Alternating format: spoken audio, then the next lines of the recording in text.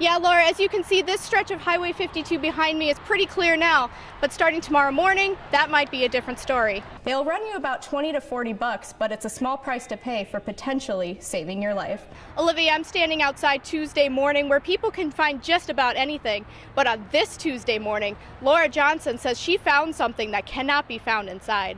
Zelich will serve his 25-year prison sentence in Minnesota after he finishes a 30-year sentence in Wisconsin for the death of another woman.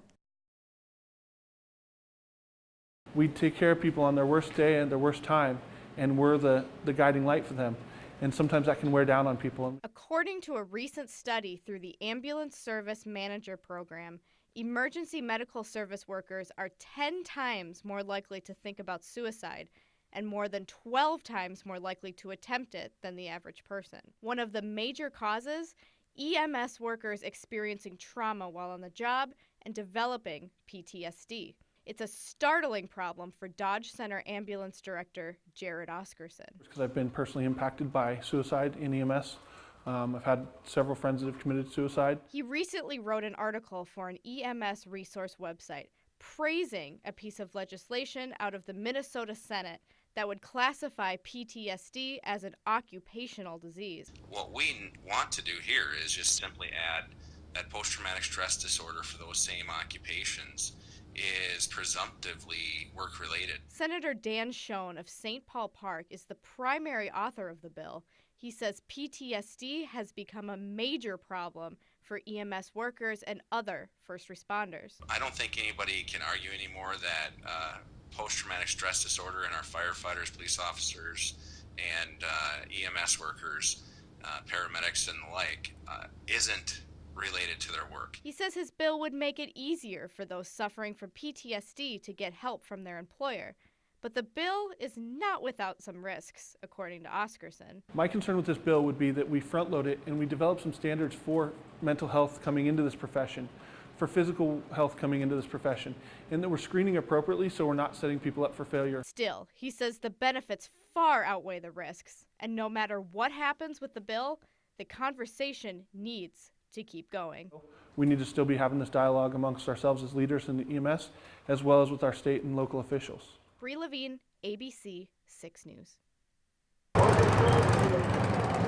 Praise the Lord that we're all here, and we're here for a good reason. Friends, family, and community members came together Saturday to remember 8-year-old Sophie Stoltz, a little girl killed while riding her bike.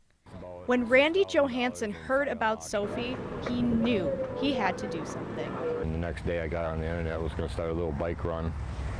Well, it turned into something real big. Johansson says he organized the first annual Sophie Stoltz motorcycle run to support her family through a difficult time. To lighten their caseload right now, because all the money this year is going to be donated to them, period, every cent of it. Money raised came from donations, a silent auction, and registration for the 70-mile motorcycle run through Albert Lea. It is just so awesome to be able to see all these different groups out here gathering in one place without any problems.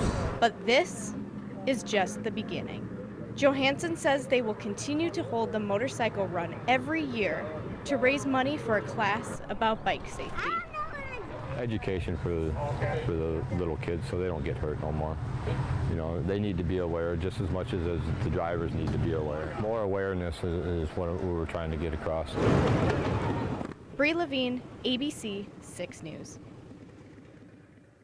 The Minnesota Pollution Control Agency says a dairy farm north of Iota reported a manure spill Monday night.